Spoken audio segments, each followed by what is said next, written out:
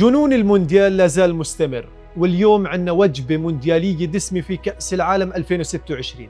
5 مباريات فيها أسماء كبيرة وقصص مختلفة.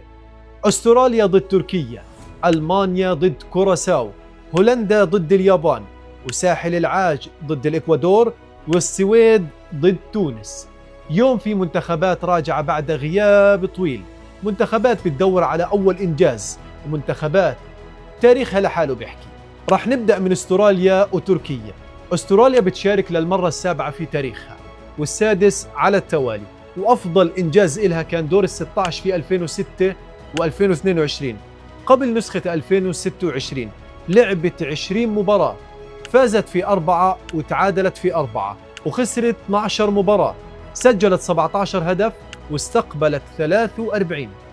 أما تركيا فراجع للمونديال بعد غياب طويل من 2002، وهي مشاركتها الثالثة فعلياً، وأفضل إنجاز إلها كان المركز الثالث في مونديال كوريا واليابان. وبنروح لألمانيا ضد كوراساو. ألمانيا صاحبة 4 ألقاب عالمية، واحدة من أكثر المنتخبات لعب وتسجيل في تاريخ كأس العالم. قبل 2026 لعبت أكثر من 110 مباريات مونديالية، وسجلت أكثر من 230 هدف. أما كوراساو فبتعيش المشاركة الأولى في تاريخها، يعني مباراة بين عملاق مونديالي ومنتخب يكتب أول صفحة في تاريخ كأس العالم. هولندا ضد الساموراي الياباني، مباراة طاحنة ومعركة كروية. هولندا بتشارك للمرة الثانية عشر في تاريخها، ووصلت للنهائي 3 مرات بدون ما تتوج باللقب ولا مرة. قبل نسخة 2026 لعب المنتخب الهولندي 57 مباراة في كأس العالم، فاز في 30 وتعادل في 15 وخسر 12، سجل 96 هدف واستقبل 54. أما الساموراي الياباني فهي مشاركتها الثامنة، وأفضل إنجاز لليابان كان الوصول لدور ال16 4 مرات.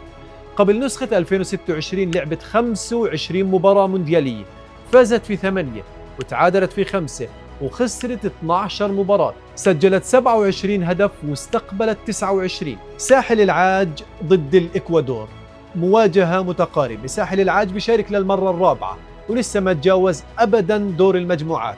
قبل 2026 لعبت ساحل العاج 9 مباريات مونديالية، فازت في 3 وخسرت في 6، سجلت 13 هدف واستقبلت 14.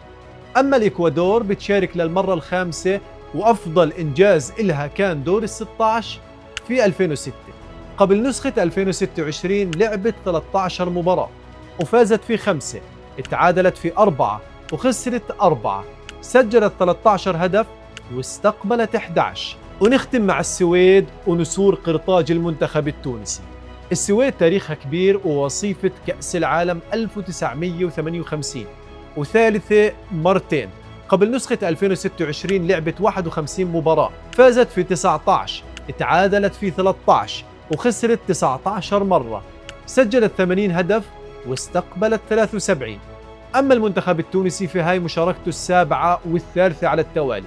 قبل نسخة 2026 لعبت 18 مباراة، فازت في 3، تعادلت في 5 وخسرت 10، سجلت 14 هدف واستقبلت 25. وأفضل حلم إلها اليوم إنها تكسر عقدة دور المجموعات.